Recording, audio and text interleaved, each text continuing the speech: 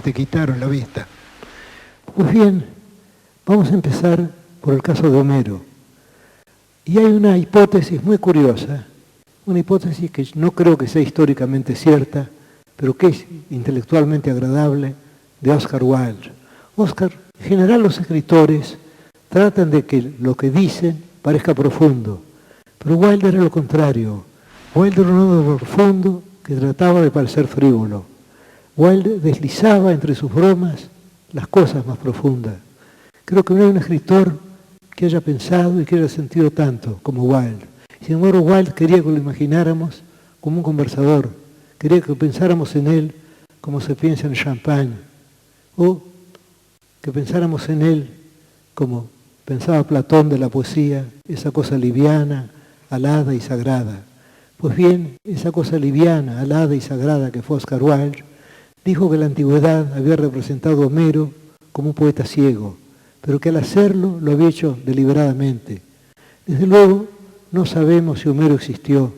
El hecho de que 7 ciudades se disputaran su nombre basta para hacernos dudar de su historicidad. Pero vamos a suponer que no hubo un Homero, vamos a suponer que hubo muchos griegos que ocultamos, que cobijamos bajo el nombre de Homero. Sin embargo, queda este hecho. Todas las tradiciones están unánimes en mostrarnos a Homero ciego. Y sin embargo, la poesía de Homero es visual, es muchas veces espléndidamente visual, como lo fue, en menor grado, desde luego, la poesía de Wilde. Yo creo que Wilde se dio cuenta de que su poesía era demasiado visual y que quiso curarse de ese defecto, que quiso hacer poesía que fuera también auditiva, que fuera musical, digamos, como la poesía de Swinburne, o la poesía de Tennyson, o la poesía de Verlaine, a quienes él quería y admiraba tanto. Entonces Wilde dijo, los griegos han dicho que Homero era ciego para significar que la poesía no tiene que ser visual, la poesía tiene que ser ante todo auditiva. Y aquí de la musique avant toute chose de Verlaine, aquí el simbolismo contemporáneo, y este Wilde. Es decir, podemos pensar que Homero no existió, pero que a los griegos les gustaba imaginarlo ciego para insistir en el hecho de que la poesía es ante todo música, que la poesía es ante todo la lira y que lo visual puede existir o puede no existir en un poeta. Yo sé de grandes poetas visuales y sé de grandes poetas que no son visuales, poetas intelectuales, mentales. No hay por qué mencionar nombres. Y aquí podemos pasar al otro ejemplo evidente, que sería el ejemplo de Milton.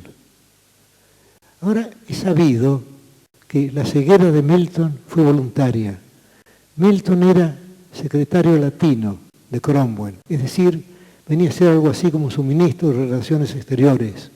En aquel tiempo el latín era el idioma universal. Se ha perdido, ahora el uso del latín se ha perdido, es una lástima. Fue reemplazado por el francés y el francés está perdiéndose también.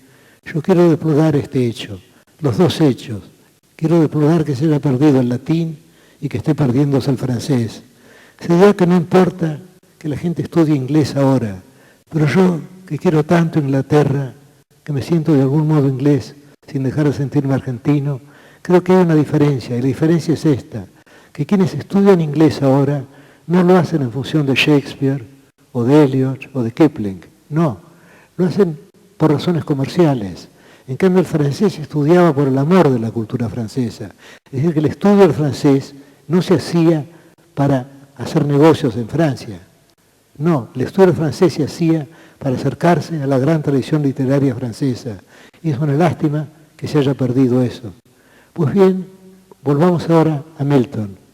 Milton sabía desde el principio que iba a ser un gran poeta. Esto le ocurrió a otros poetas. Por ejemplo, Coleridge y De Quincey, antes de haber escrito una línea, sabían que su destino sería literario.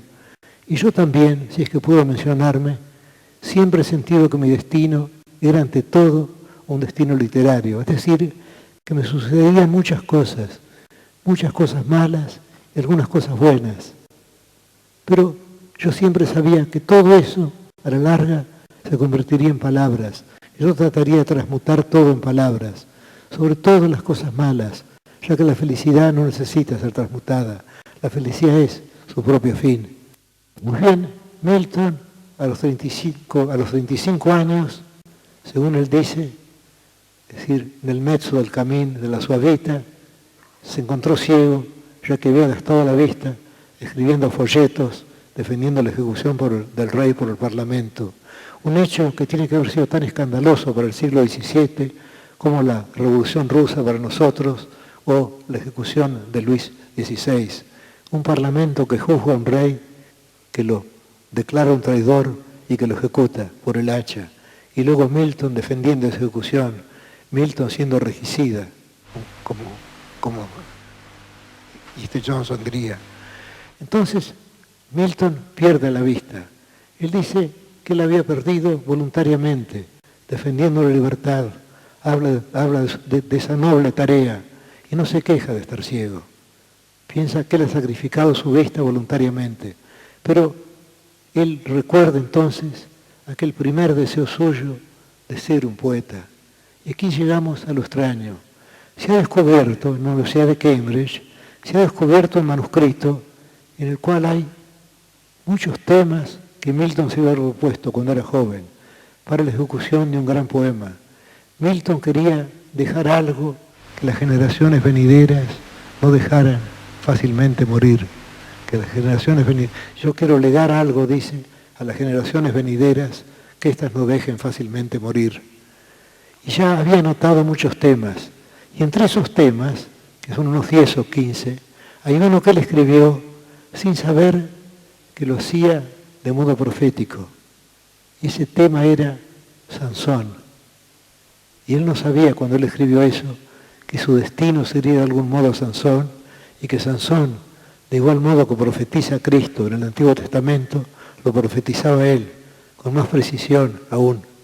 Y entonces Milton, una vez que se supo ciego, emprendió una obra histórica, 2 obras históricas, una historia de Moscovia, que quedó inconclusa, una historia de Inglaterra, que también quedó inconclusa, y luego el largo poema El paraíso perdido. Él buscó un tema que pudiera interesar a todos los hombres, y no solamente a los ingleses. Y ese tema era Adán, Adán, y es nuestro Padre común. Pero luego, una vez concluido ese poema, y esto él lo hizo ciego, él lo hacía de esta manera. Él pasaba la buena parte de su tiempo solo y componía versos. Y su memoria se había acrecentado. Y él podía tener 40 o 50 endecasílabos blancos en la memoria. Y luego los dictaba después a quienes iban a visitarlo. Y así compuso el poema.